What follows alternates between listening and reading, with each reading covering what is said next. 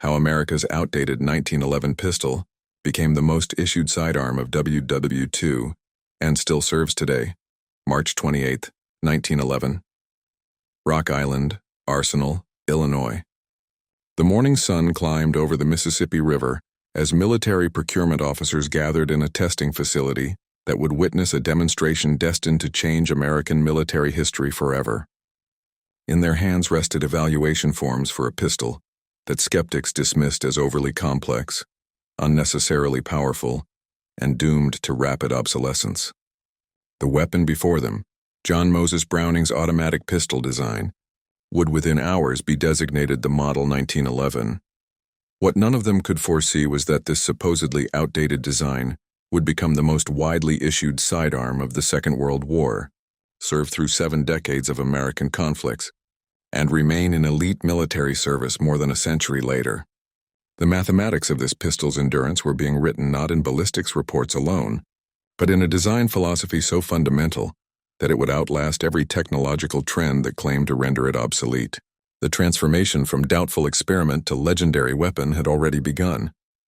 The crisis that birthed America's most enduring sidearm erupted in the steaming jungles of the southern Philippines.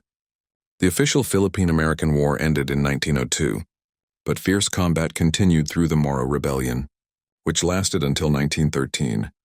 American forces faced an enemy unlike any they had encountered before. The Moro warriors, indigenous Muslim tribesmen of Mindanao and the Sulu archipelago, combined religious fervor with sophisticated combat tactics that rendered conventional American weapons nearly useless. Captain John Pershing, later to command American forces in World War I, documented engagements where Moro warriors absorbed multiple shots from standard Issue Colt Model 1892 revolvers chambered in .38 long Colt. These warriors, often in drug-induced states that suppressed pain sensation, continued their charges despite wounds that should have been incapacitating. American soldiers found themselves in desperate situations, emptying their revolvers into attacking Moros, who still reached them with barong swords and killed them before finally succumbing to their injuries. The after-action reports painted a grim picture. 2 corpses lying near each other became a tragically common scene. A Moro warrior with 6 bullet wounds in his chest, an American soldier mutilated by blade strikes, his empty .38 caliber revolver still gripped in death. The military establishment recognized that the .38 long Colt cartridge lacked the decisive effect required for close-quarters jungle warfare. In desperate response, the Army resurrected an older weapon. The Colt Sing-Action Army revolver chambered in .45 Colt had been the standard sidearm since 1873. It had proven devastatingly effective against Plains Indians during the American Frontier Wars, though officially replaced by the lighter .38 caliber revolvers in 1892. Stockpiles of these heavy revolvers still existed. When issued to troops fighting the Moros, the results were immediate and dramatic. The heavier .45 caliber bullet weighing 230 grains compared to the .38 caliber's 150 grains delivered the decisive effect that saved American lives. This battlefield experience crystallized a military requirement. American forces needed a modern sidearm combining the rapid fire capability of semi-automatic action with the proven effectiveness of the .45 caliber cartridge. In 1904, Colonel John Thompson and Major Louisard conducted systematic tests on both animal and human cadavers to determine the most effective pistol caliber. Despite scientific limitations acknowledged by modern experts, these tests drove the military's conclusion that any new service pistol should be no less than .45 caliber. The stage was set for a competition that would produce one of history's most significant firearms. In 1907, the United States Army Ordnance Department issued specifications for a new automatic pistol. The requirements were stringent. The weapon must chamber a .45 caliber cartridge. It must possess a magazine capacity of at least 6 rounds. The trigger pull must not exceed 6. It must eject spent cartridges vertically for ambidextrous operation. Most critically, it must demonstrate exceptional reliability under torture testing that would destroy lesser designs. 7 manufacturers submitted designs: Bergmann from Germany, Colt from Connecticut, Deutsche Waffen Fabrian from Germany, Noble from Germany, Savage from Massachusetts, Webley from Britain, White Merrill from the United States. The testing board subjected each pistol to thousands of rounds of continuous firing, exposure to mud, dust, and water immersion, and deliberate attempts to induce malfunctions. By 1910, only 2 pistols remained in contention. The Savage Model 1907 and John Moses Browning's design, manufactured by Colt. Both weapons chambered the newly developed .45 automatic Colt pistol cartridge, a round specifically designed to replicate the effectiveness of the old .45 Colt revolver, while functioning reliably in semi-automatic actions.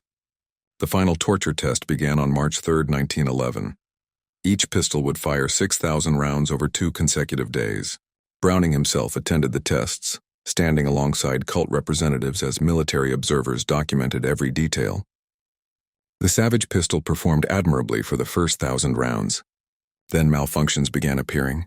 Failures to feed, failures to eject. By the end of testing, 37 malfunctions had accumulated across the 6,000 round count.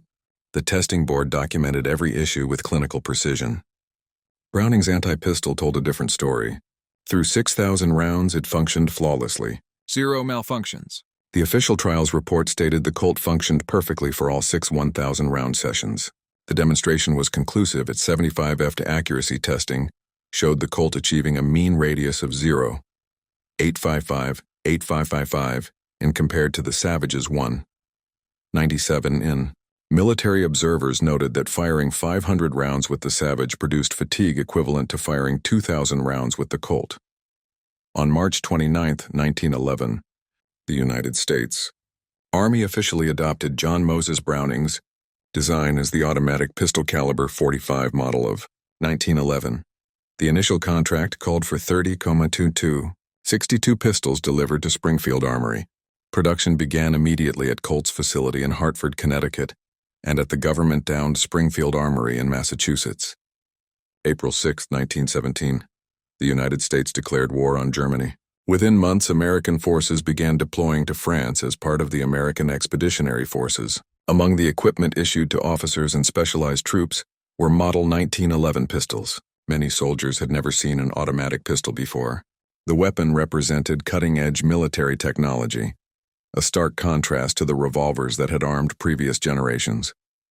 The trenches of Western Europe provided the Model 1911's first major combat test.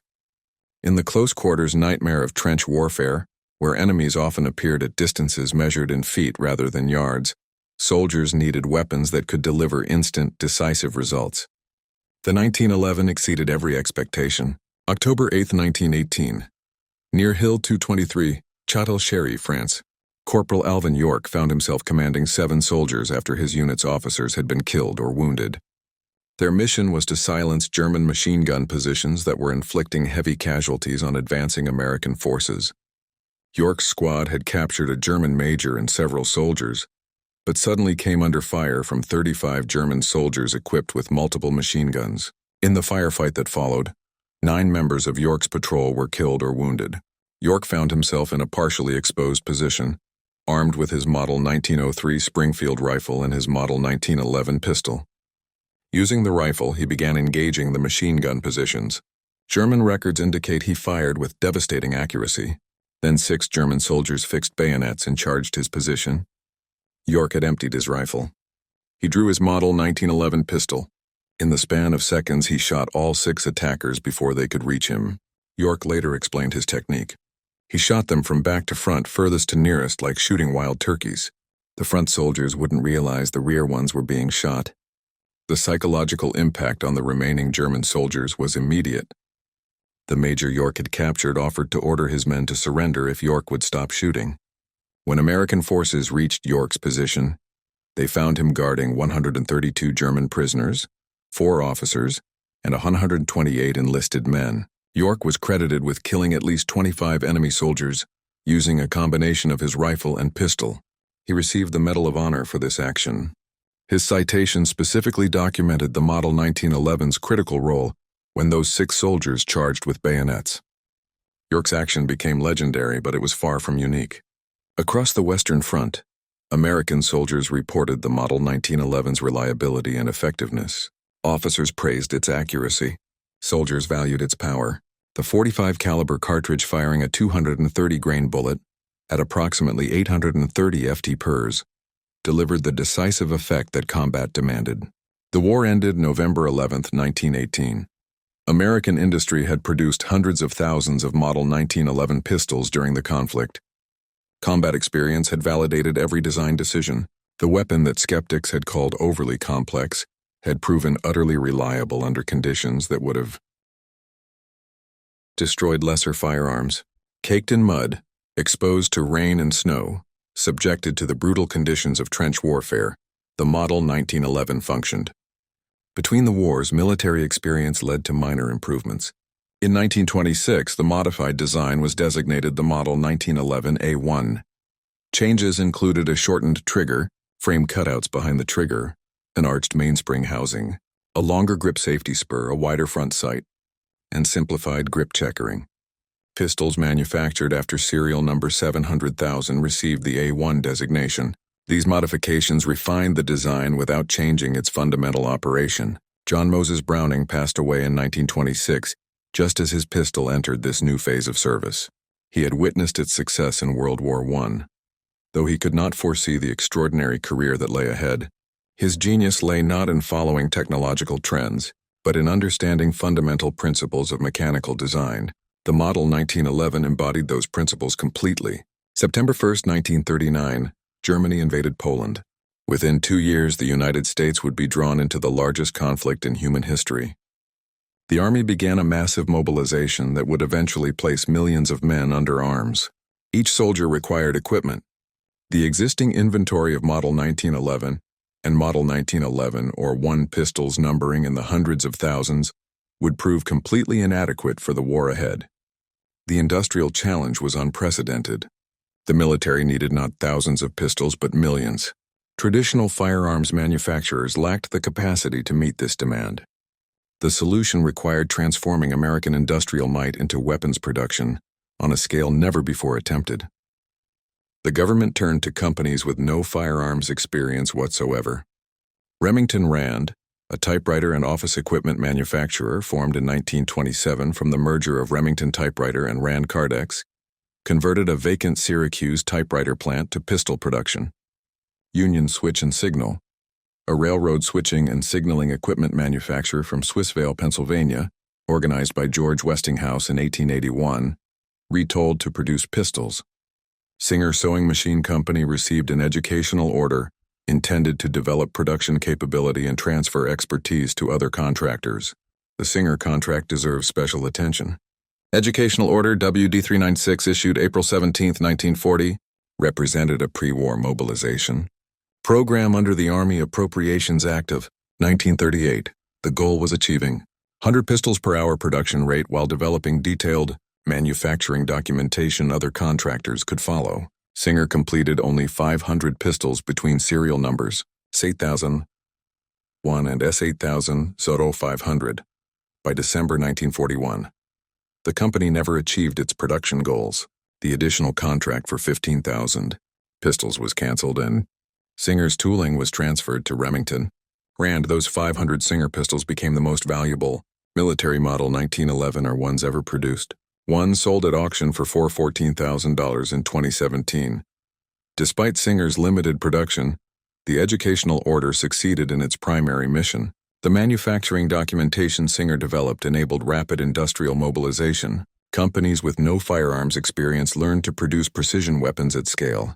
The production numbers tell the story of American industrial capacity. Between 1941 and 1945, 5 manufacturers produced Model 1911A1 pistols for military service. Remington Rand manufactured 877,751 pistols, becoming the most productive manufacturer and producing nearly 50% of the war's total at the lowest per-unit cost. Ithaca Gun Company, an established firearms manufacturer from Ithaca, New York, produced 335 and 486 pistols and developed the stamped trigger assembly adopted by all manufacturers. Colt, the original manufacturer, produced approximately 410,000 pistols. Union Switch and Signal manufactured 55,000 pistols before their contract was reduced when they shifted to M1 carbine parts production. Singer's 500 educational order pistols completed the total. The combined production reached 1,878 7.42 pistols. This represented the largest single procurement of handguns in American military history to that point. A typewriter company became the most prolific manufacturer of military pistols. A railroad equipment manufacturer produced precision firearms. The transformation demonstrated American industrial flexibility and capacity in ways that would prove as decisive as any battlefield victory. The pistols these companies manufactured went everywhere American forces fought. Europe, the Pacific, North Africa.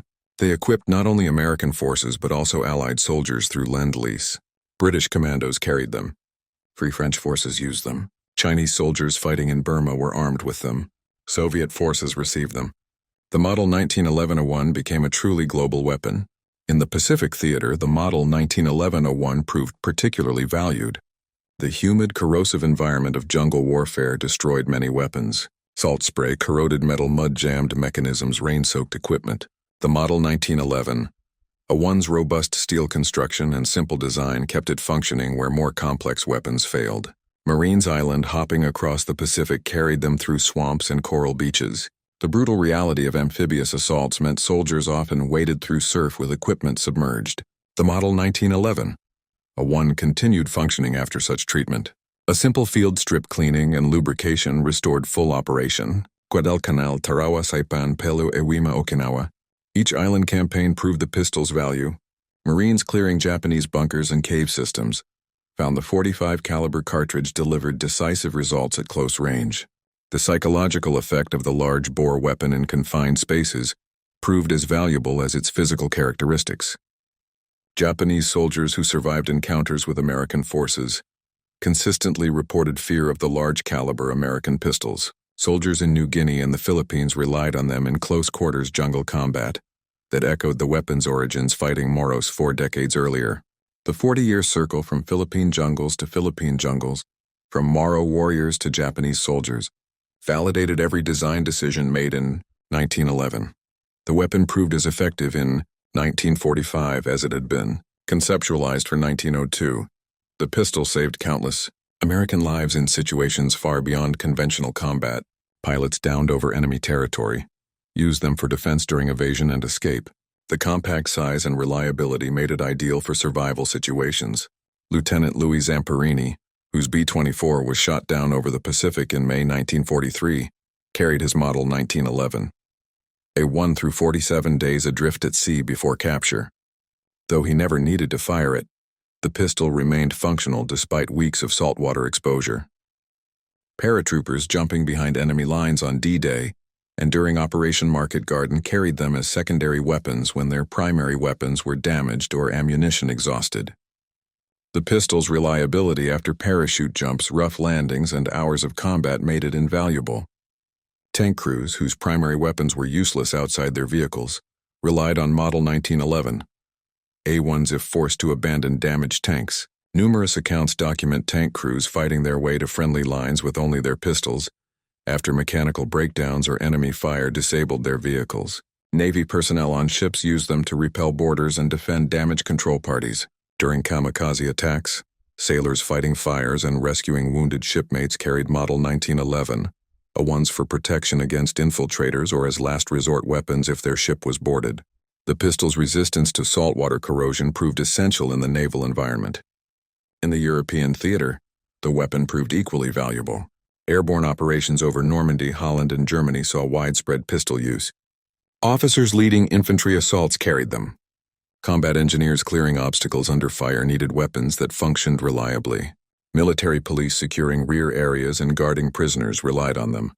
Every role where soldiers needed a dependable secondary weapon, the Model 1911A proved its worth. The winter of 1944 brought the Battle of the Bulge. American forces caught by surprise in the Ardennes forest fought desperate defensive actions in bitter cold. Weapons that had functioned perfectly in mild weather seized up in sub-zero temperatures. Lubricants thickened. Actions froze. The Model 1911-A1 properly maintained with appropriate cold weather lubricants continued functioning. Soldiers learned to keep their pistols inside their clothing when possible, using body heat to prevent freezing. The simple design meant that even if ice formed, a few minutes of warming restored function. Walter Walsh, legendary FBI agent who became a Marine Corps colonel, demonstrated the weapon's potential in trained hands. During action on Okinawa in 1944, Walsh killed a Japanese sniper from 90 yards away with a single Model 1911 pistol shot to the torso. This extraordinary feat, well documented in authoritative sources including American Rifleman, showcased what exceptional marksmanship could achieve with this platform. Walsh, who lived to 106 years old, became the FBI's oldest living former agent. August 15, 1945, Japan surrendered. The Second World War ended. The United States emerged as a superpower.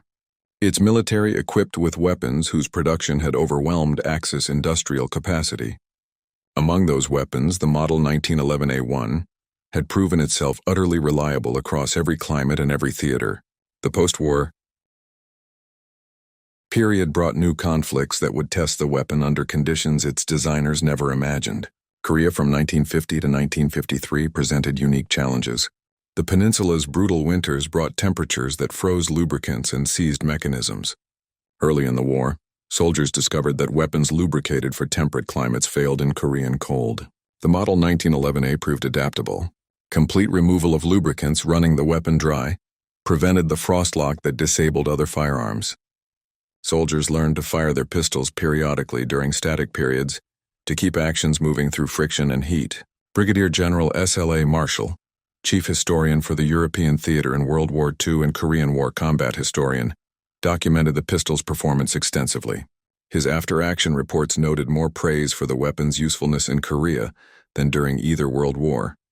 The fighting often devolved into close-quarters battles where rifles were too cumbersome. Chinese forces employed mass infantry tactics, overwhelming defensive positions through sheer numbers. American forces defending perimeter positions found the Model 1911 A1 effective at 25 YDs, a range at which aimed pistol fire could be decisive. The pistol proved particularly effective in close-quarters trench and bunker combat. Chinese and North Korean forces used tunnel and trench systems extensively. Clearing these positions required weapons that could deliver decisive results in confined spaces while remaining controllable. The Model 1911, a one-size, weight, and power combined perfectly for this role. Soldiers who had questioned the pistol's bulk before experiencing close combat universally praised it afterward. Night fighting characterized much of the Korean War. Chinese forces frequently attacked at night, infiltrating American positions before launching close-range assaults. Soldiers on guard duty relied heavily on pistols. The Model 1911A1's simple controls, operable by touch in total darkness, proved essential. The grip safety and manual thumb safety could be disengaged instantly. The single action trigger required only light pressure. Soldiers trained to operate the weapon by feel alone, a capability that saved lives during night battles. Vietnam from 1961 to 1975 presented another extreme environment. Most pistols in service were World War II-era rebuilds with mixed manufacturer parts, testimony to the original frame's durability. Parts from Colt, Remington, Rand, Ithaca, and Union Switch and Signal appeared together in single pistols. These Franken pistols, assembled from whatever parts remained serviceable, continued functioning decades after manufacture. The Vietnam conflict made the Model 1911 A1 famous in a role its designers never envisioned: tunnel rats. Soldiers who explored the extensive Viet Cong tunnel complexes beneath Cu Chi and the Iron Triangle made the pistol their primary weapon. These underground networks extended for hundreds of miles, containing barracks, hospitals, weapons factories, and command centers. American forces needed to explore and destroy these installations. The job fell to volunteers who would crawl through pitch-black tunnels, often less than 3 ft in diameter, hunting enemy soldiers on their home territory. For tunnel rats, weapon selection was critical. Rifles were too long for the confined spaces. Shotguns were too bulky. Carbines were marginally better but still cumbersome. The Model 1911 A1 proved ideal. Its length allowed manipulation in tunnels barely wide enough to crawl through. Its power meant one shot could end a tunnel fight.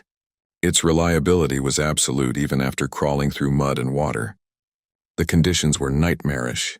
Complete darkness, temperatures over 100, humidity approaching 100%, air thick with mold spores and dust, booby traps at every turn, enemy soldiers waiting inside chambers, rats, snakes, and scorpions sharing the tunnels. In these conditions, tunnel rats trusted only the Model 1911 A1. They accepted the blinding muzzle flash in confined spaces. They endured the deafening report that could cause temporary or permanent hearing damage. They suffered the concussion effects in enclosed tunnels. All of it was worth enduring for the decisive effect of .45 caliber at arm's length. The tunnel rats modified their pistols minimally.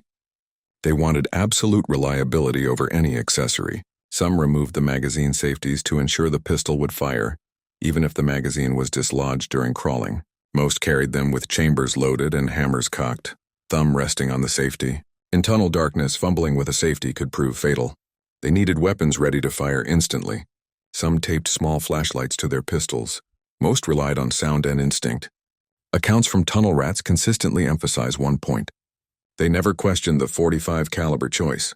Every tunnel rat who fired their pistol in combat reported one shot ending the fight. The psychological effect of the weapons report in enclosed spaces was as devastating as its physical characteristics. Viet Cong soldiers who survived tunnel encounters reported terror at the sound and concussion of the large caliber pistol. No new complete pistols were purchased during the Vietnam War. The government continued purchasing replacement parts through the early 1990s. This fact reveals the design's durability. World War II frames manufactured between 1941 and 1945 remained serviceable through the 1990s. 50 years of military service, hundreds of thousands of rounds fired, carried through jungles, deserts, forests, and urban environments. The frames endured. January 14, 1985. The United States military adopted the Beretta M9 as its official service pistol. The contract called for 315-930 pistols across all service branches. The model 1911 A1, after 74 years of service, was officially replaced. Military procurement officers cited the M9's higher magazine capacity, lighter weight, and double-action trigger as advantages. The 9mm NATO cartridge offered greater ammunition commonality with Allied forces, yet the story didn't end with official replacement. Elite units immediately began bucking the decision. Their preference was not based on nostalgia or tradition, but on combat experience and capability assessment. Special operations forces who faced the highest stakes combat situations chose to retain and improve the Model 1911 platform, rather than adopt the newer Beretta. Force reconnaissance Marines had already begun using custom-ES pistols in 1985 before the Beretta adoption. The Marine Corps Precision Weapons Section at Quantico formally began the customization program in 1986. This represented a deliberate decision to maintain the older platform through extensive modification rather than accept the standard issue replacement. The MUSOC pistol program demonstrated what expert armorers could achieve with the basic design. Each pistol began with a carefully selected World War II-era model 1911. A one-frame armorers inspected hundreds of frames to find examples with minimal wear, proper dimensions, and no structural issues. These frames, often manufactured 40 to 50 years earlier, became the foundation for precision combat pistols. The rebuilding process was extensive. Bartow match-grade stainless steel barrels replaced worn original barrels. These barrels were hand-fitted to each frame, achieving tolerances that enhanced accuracy dramatically. Novak low-mount combat sights replaced the tiny original sights, providing a clear sight picture in varied lighting conditions. Wilson Combat 7-round magazines with enhanced followers and springs ensured reliable feeding. Vid-Sci speed triggers with precise 4.5 lb pull weights gave crisp brakes that enhanced accuracy. Ambidextrous thumb safeties accommodated both right and left-handed shooters. Pacamiya rubber grips improved control under recoil. Every component was selected for reliability and performance. The rebuild schedule reveals the frame's durability.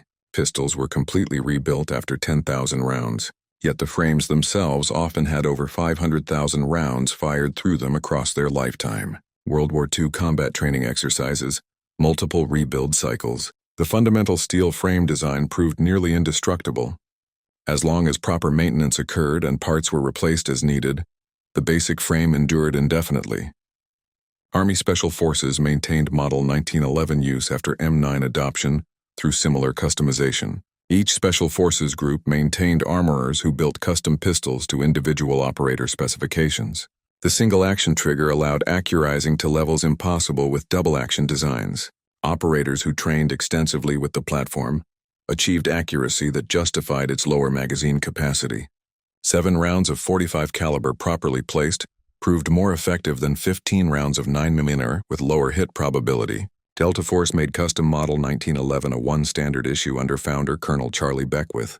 Beckwith, a veteran of British SAS exchange programs evaluated multiple pistol options before settling on heavily modified model 1911's unit gunsmiths performed match-grade accurizing that transformed issue pistols into precision instruments. The philosophy was simple. Elite operators deserved elite equipment. The Model 1911 properly built represented the pinnacle of combat pistol design. 3rd Special Forces Group's 2003 request for Model 1911 A1s for their Afghanistan deployment illustrated the continued preference. Despite having access to newer pistols, they specifically requested the older design. Their reasoning was direct. Operators were trained on the platform. They trusted it. Combat was not the time to learn new equipment. The group deployed to Afghanistan with customized Model 1911 A1s and used them. Throughout the deployment, the preference among elite units was not nostalgia. These were the most skilled pistol users in the military with access to any weapon available and extensive training or budgets that allowed mastery of multiple platforms. Their consistent choice of highly modified Model 1911s demonstrated that in capable hands, the design retained meaningful advantages over newer alternatives. The single-action trigger provided superior accuracy potential for trained shooters. The .45 caliber cartridge delivered greater effect per round, crucial when facing enemies wearing body armor or in drug-induced states. The steel frame absorbed recoil effectively, enabling faster, accurate follow-up shots. The intuitive controls operated reliably even under extreme stress. In 2012, the Marine Corps formalized this preference with a decision that validated decades of special operations experience. Colt Defense received a contract valued at $22.5 million for M45A1 pistols. This was not a modification program, but procurement of newly manufactured pistols built to modern specifications. The initial order for 4th OMA 36 pistols included options up to $12,000 total. The Marines were investing significant funds to maintain a supposedly obsolete design, rather than simply using the standard issue Beretta.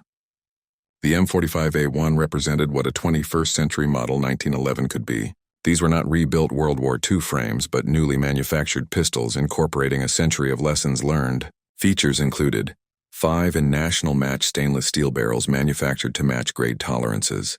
Dual recoil spring assemblies reduced perceived recoil and extended service life. Novak 3. Tritium night sights allowed precise aiming in any lighting condition from bright sunlight to total darkness. Ambidextrous thumb safeties accommodated both right and left-handed shooters, critical in a diverse military. MIL. STD 1913 Picatinny accessory rails under the dust cover allowed mounting tactical lights and laser aiming devices. Desert Tan Cerakote finish, later changed to flat dark earth Decabond coating, provided corrosion resistance in maritime environments. Wilson Combat 8-round magazines with enhanced springs and followers increased capacity while maintaining reliability. Enhanced hammers with lightning cuts reduced lock time. Solid aluminum triggers provided crisp brakes. Empty weight was 40 ounces, substantial but acceptable given the weapon's purpose. The pistol was purpose-built for MSOC, Marine Forces Special Operations Command. These elite units conducted direct action missions, special reconnaissance, and counter-terrorism operations worldwide. Their requirements differed from conventional forces. They needed absolute reliability under any conditions. They valued accuracy over capacity. They demanded weapons that functioned after parachute jumps, submarine insertions, helicopter fast ropes, and extended operations without maintenance. The M45A1 met these requirements. From 2012 to 2016, the M45A1 served as the primary MROC sidearm. It deployed to Afghanistan, Iraq, Syria, Africa, and classified locations worldwide. Operators reported complete satisfaction with reliability and effectiveness. The .45 caliber cartridge proved decisive in close-quarters battle. The accuracy potential allowed precise shots at extended pistol ranges. The weapon's weight, initially questioned by some, proved advantageous for controlling recoil during rapid fire. In 2016, MROC transitioned to Glock 19 pistols. The decision was driven by logistics rather than performance. The Glock's polymer frame reduced weight for extended patrols. Higher capacity mattered in sustained engagements. Commonality with other special operations units simplified training and ammunition supply. The M45A1 had performed superbly, but practical considerations drove the change. However, Force Reconnaissance continued using M45A1 pistols until the final retirement in October 2022. For these reconnaissance specialists who operated in small teams deep behind enemy lines, the pistol's characteristics remained optimal. The unit maintained the pistols meticulously, understanding they represented the last link to over a century of Marine Corps pistol tradition. October 2022, Marine Corps Systems Command announced the complete phase-out of Model 1911 series pistols from USMC service. After 111 years, the design finally left active American military inventory. The last M45A1s in force reconnaissance were replaced by SIG Sayre M18 pistols, which Marines had selected in 2019 and began fielding in September 2020. The final retirement marked the end of the longest service life of any American military sidearm. From March 1911 to October 2022, 111 years and 7 months, some version of John Moses Browning's design had equipped American forces. No other handgun has approached this longevity. No other pistol has served through so many conflicts. No other sidearm has equipped so many soldiers across so many decades. The question naturally arises, how did a design created in 1911 remain relevant through 2022? The answer lies in fundamental excellence, built on principles that transcend technological fashion. Browning understood mechanical relationships that remain valid regardless of material science advances or manufacturing technique improvements. The locked breech tilting barrel system he designed remains the basis for most modern pistols over a century later. Glock uses it. SIG Sauer uses it. Smith & Wesson uses it. Browning's solution to managing recoil in a compact package proved so effective that no fundamentally superior alternative has emerged. Later designers refined details but retained the core mechanism. The single-action trigger properly mastered provides accuracy advantages that double-action triggers cannot match. The short trigger travel and crisp break enable precise shot placement. Trained shooters can exploit this to achieve accuracy impossible with heavier, longer double-action triggers. This advantage matters most to skilled users, explaining why elite military units and competitive shooters consistently choose single-action designs. The steel frame construction, while heavier than polymer, offers superior recoil management and longevity. Steel absorbs and dissipates recoil forces more effectively than plastic, enabling faster, accurate follow-up shots. The weight reduces muzzle rise, keeping sights on target. The durability means properly maintained steel frames outlast multiple barrel spring and small parts replacements. World War II frames serving into 2022 proved this conclusively. The .45 caliber cartridge, while offering lower capacity than 9mm, provides greater effect per round. Modern ammunition technology has narrowed this gap, but the larger diameter projectile still offers advantages in barrier penetration and tissue disruption. For users who train extensively and achieve high hit probabilities, 7 rounds of .45 caliber proves more effective than 15 rounds of 9mm with lower hit percentages. These principles established in 1911 remained valid through 2022 because they were based on physics and human factors rather than contemporary technology. Recoil management depends on mass and leverage. Accuracy depends on trigger characteristics and sight alignment. Reliability depends on simplicity and robustness. Browning optimized all these factors within the constraints of early 20th century manufacturing. Modern manufacturing improves tolerances and materials, but cannot overcome the fundamental design principles he established. The design philosophy itself proved timeless. Browning prioritized function over fashion. He valued simplicity over complexity. He designed for reliability under adverse conditions rather than optimal performance in controlled environments. He understood that combat weapons must function when dirty, wet, frozen, or dropped. These priorities created a weapon that excelled in the worst conditions imaginable. Modern pistols offer undeniable advantages. Higher capacity matters in sustained engagements where reloading is difficult or impossible.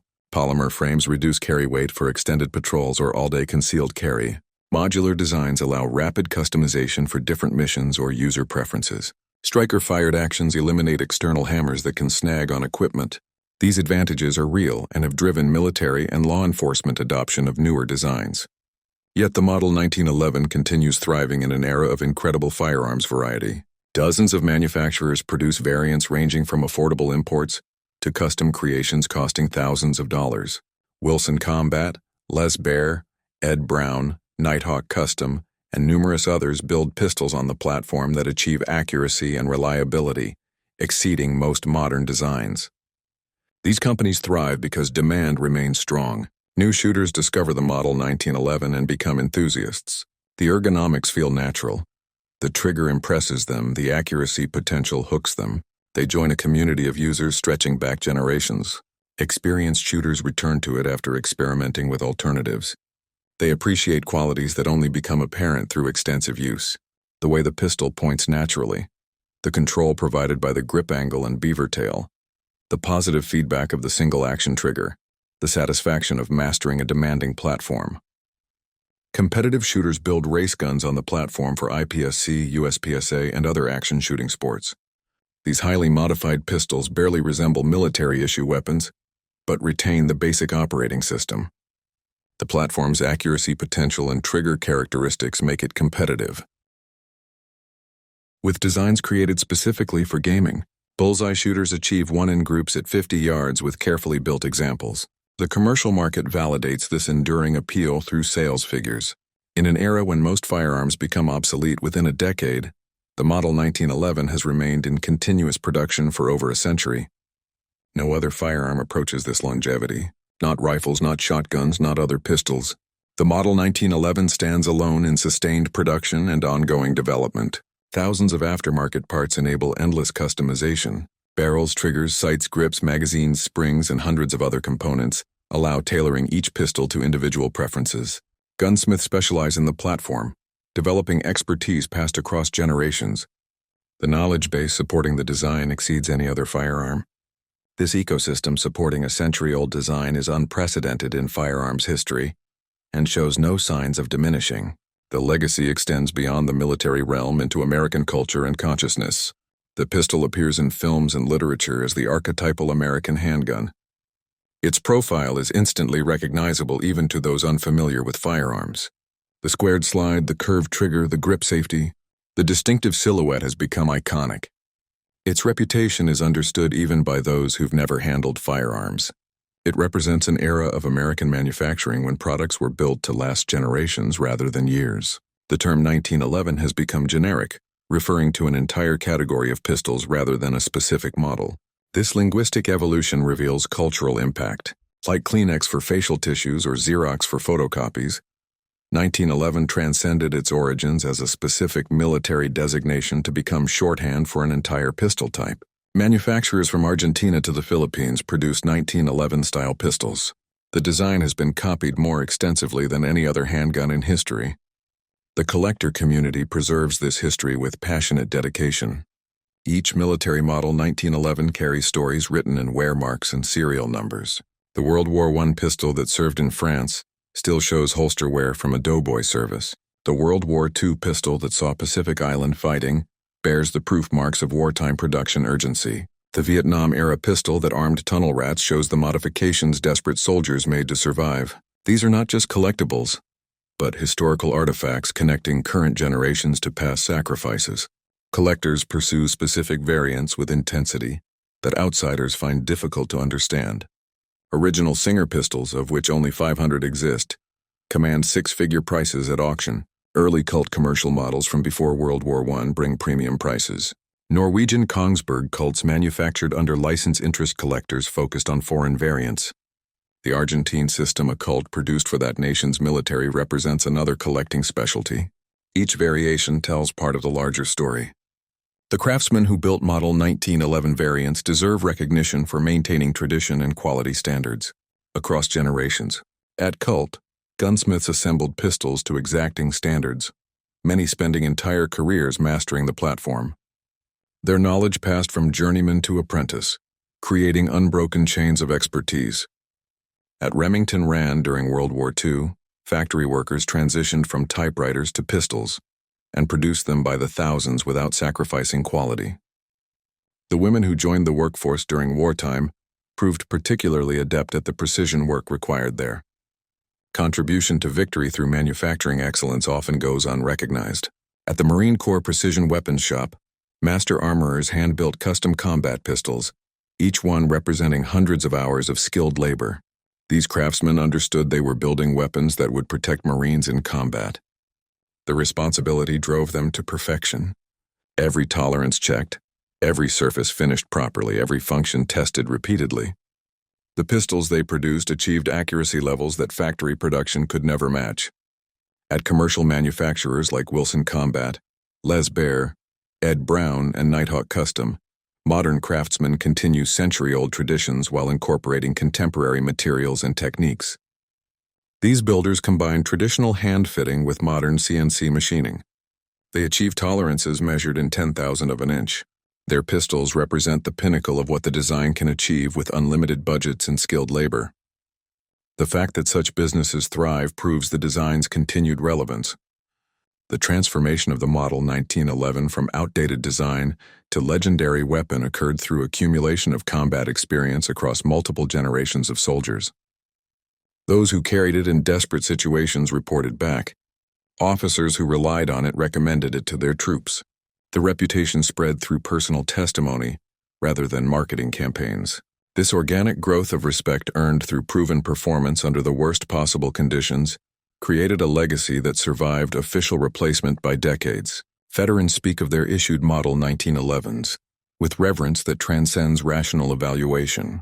The pistol becomes personalized in ways that modern military equipment rarely achieves. Soldiers name their pistols. They maintain them obsessively. They develop relationships with specific examples that bordered on superstitious attachment. A pistol that functioned reliably through multiple firefights became trusted friend. The grip panels wore smooth from thousands of drawers. The bluing rubbed away at contact points. These wear marks became personal history written in steel. For those who carried the Model 1911 in combat, it represented more than mechanical device. It was the weapon they trusted when everything else failed. The rifle might run out of ammunition. The machine gun might jam. The radio might die. But the pistol, properly maintained, would function. It represented last line of defense when situations deteriorated to desperate close-quarters combat.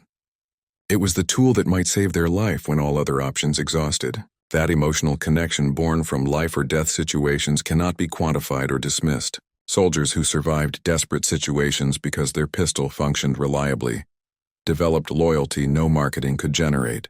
The story of how a supposedly outdated pistol became the most issued sidearm of World War II served through 7 decades of American conflicts, and remained in specialized service over a century later, ultimately affirms that fundamental design excellence endures far longer than technological novelty. The Model 1911 succeeded because every aspect reflected commitment to function over fashion, reliability over complexity, and proven performance over marketing.